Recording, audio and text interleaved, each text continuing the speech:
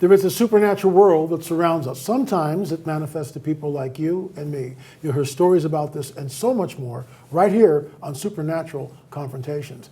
I am your intrepid host, L.A. Marzulli. I'm here with JB Hixson at the Colorado Springs Conference, Prophecy Watchers, great conference.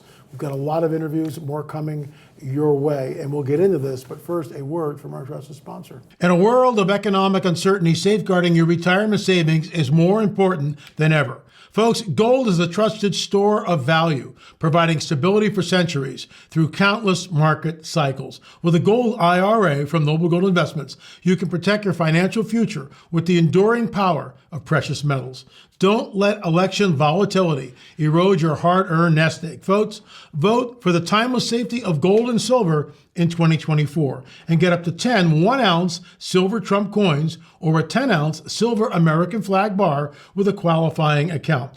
Noble Gold Investments, your partner in financial peace of mind. NobleGoldInvestments.com, NobleGoldInvestments.com. Folks, remember, there's always a risk of investment, and there's no guarantee of any kind. However, my wife and I did this a few years ago, and we are absolutely tickled that we did. Once again, that's NobleGoldInvestments.com. JB, thanks so much for coming on the record. Really appreciate it. My pleasure, LA. Yeah, it's an exciting time to be alive, isn't it? It is, and there's so much going on. What I see is like a convergence.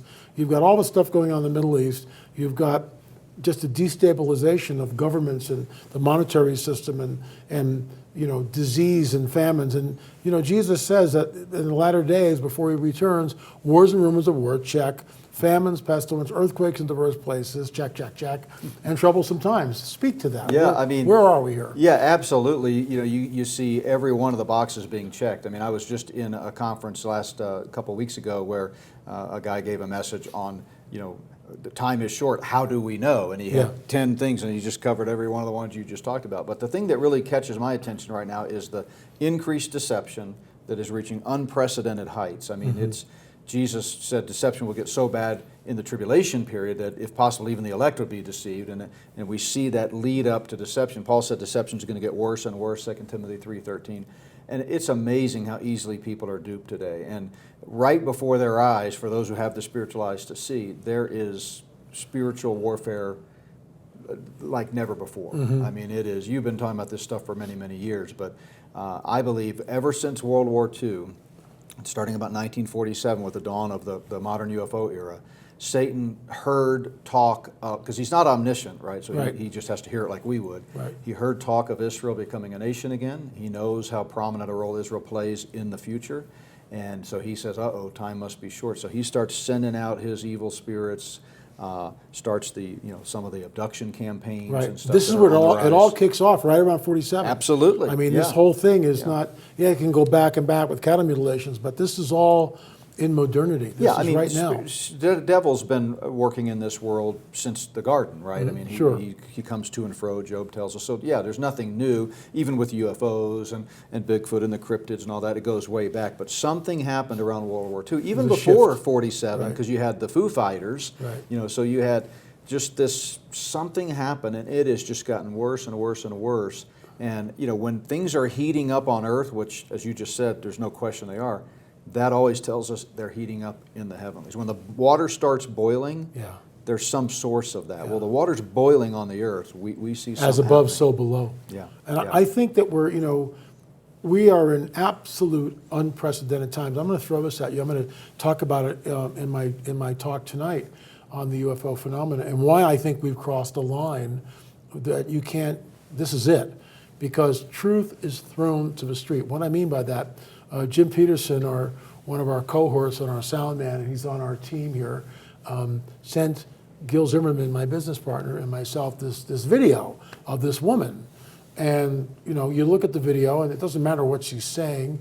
The eyes are blinking, and she's, all the facial expressions and everything else. It's completely AI generated, all of it. And you sit there and you go, okay, I'm fooled. I could not discern what I was looking at. And in a similar way that Hiroshima and Nagasaki was a line in the sand, a line of demarcation. It brought us into the nuclear age. We will never be the same on this planet again until the Lord's return, because how many nations now have nukes? And that's unprecedented. But this is something that's different.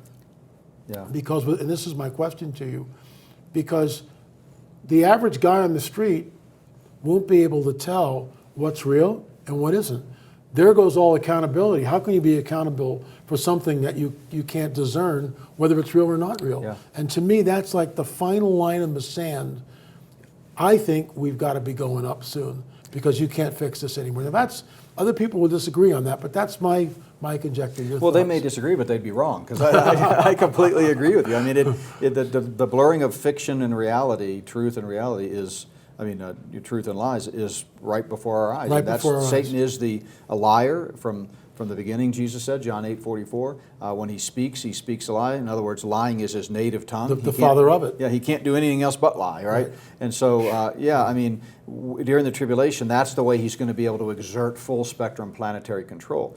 God does it with a word. I mean, God is just sovereign and almighty, and he can do it. Satan can't. So the way he's going to convince the world to be under his thumb is through deception, through AI, through embodied AI, through holographic imagery, you name it. Just people are going to have this sense that they're being watched and under control. And by the way, we saw a precursor to this with Hitler. Because remember, after the fact, you go back and you look at the reality of it and you realize that they had very, very few SS officers and others. They convinced the public that they were much more pervasive than they were. Got the public to spy on each other and rat out their neighbors, and everyone thought they were, under the thumb of the Nazis. In reality, they could have rebelled pretty easily. And same thing's going to be true, in the tribulation, but of course they won't do it. I just think, going back to the AI, and I'm going to show that tonight. I mean, it's in my opinion, it's over, because it's like, how can you be held accountable if you don't know what's real or not? Yeah. If you can't, everything is blended between real and fiction, or real and fantasy. I mean, you don't. Yeah, it's like trying to identify.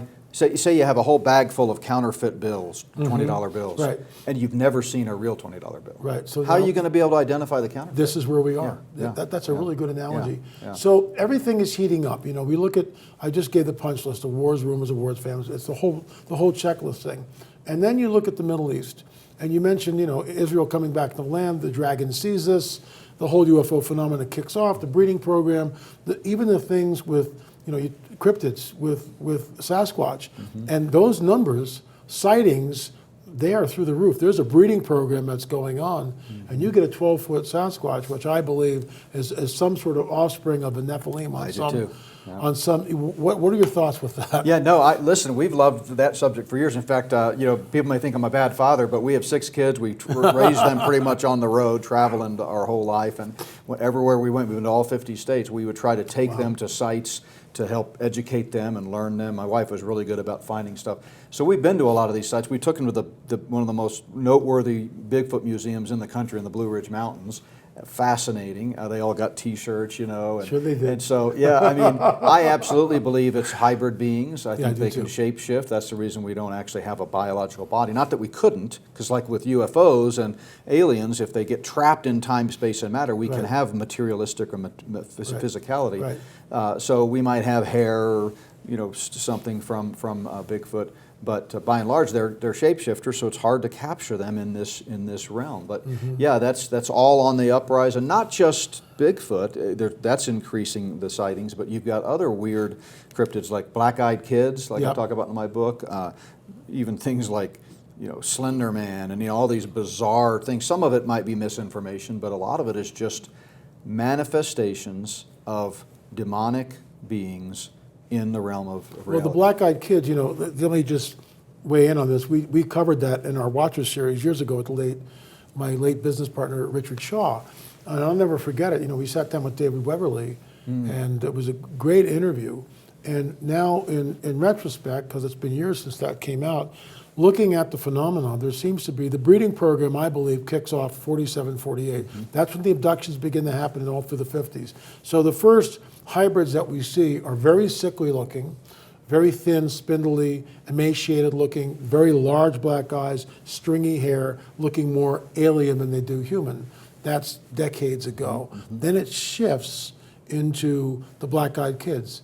They're short, they're stocky, but they're not children. No. They're not children. The black eyes, can we come in? Is it food time yet? This type of thing. And then it shifts again to Al Matthews, in our UFO film, Al sits down with a woman, and she's a hybrid, and she can fully pass, except, and this is something I just got, the window to the soul are eyes.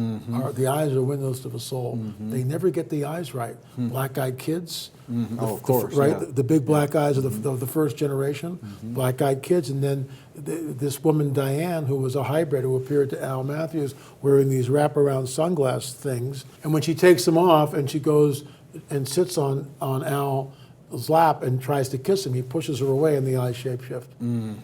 But she can pass. Yeah. But they don't get the eyes right, because these entities, in my opinion, have no soul. What are your thoughts on that? No, they absolutely don't have a soul. They're not redeemable. You have to be human. Jesus died for humanity, right? The highest pinnacle of creation, made in the image of God.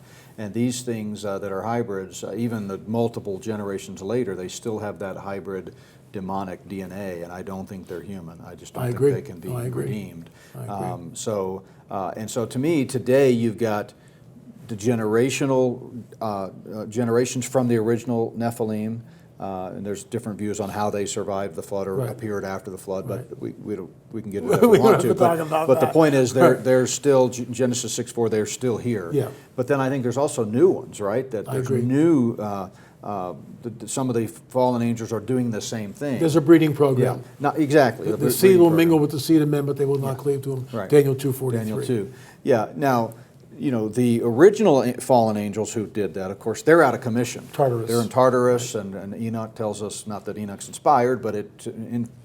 But we can certainly appreciate its historicity, one. Two, Jude quotes it, which means people know what it is. Yeah, the part that Jude quotes obviously is inspired, because the Holy Spirit inspired Jude to write that. So, but where I was going was the archangel, the other archangel that's outside, allegedly guarding it. Can we take that to the bank? Who knows? But it is interesting. It is interesting. God put them in prison, right? Yeah. And so they're out of commission, but it doesn't mean other fallen angels might not make the same mistake. I agree. Now, some theologians I've talked to who are not quite as comfortable being outspoken about these subjects, they like to say, oh, well, why would other fallen angels do the same thing after seeing what the first ones? And I go, where have you been? If punishment was a deterrent for crime, I mean, we wouldn't have murders.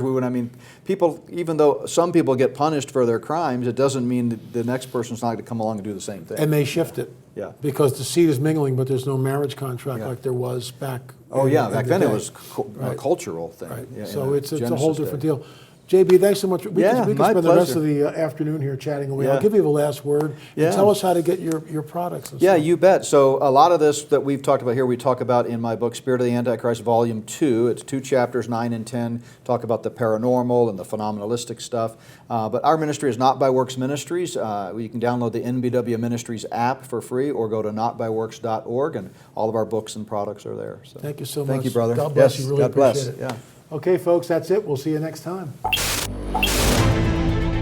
What happens if a mile-wide craft shows up above Washington? Who's behind it? Well, at some level, the government, the military, and the intelligence community. It is a threat, and it's going to soon become a global threat, and it's going to require a global response. The UFO phenomenon has become the great off-putting. We're going to get disclosure accidentally. An interesting time to be alive. We live in a time where literally the government told us these UFOs are real, we don't know what they are. The question then is, who are they in contact with? Are they truly extraterrestrial? Has mankind been visited by inhuman entities? What are your closing thoughts in regard to disclosure? Floodgates are open, and all bets are off right now. They're definitely conditioning the masses for some kind of revealing of technology. We're being visited by extraterrestrials. If you look at the late night talk hosts, when they're talking to all the presidents, and they always bring up the question, are you going to tell us anything? If you look at their faces, they know something. Folks, the phenomenon is not going away. We go up, they show up. We go up, they come down. To warn of what we believe is the coming great deception.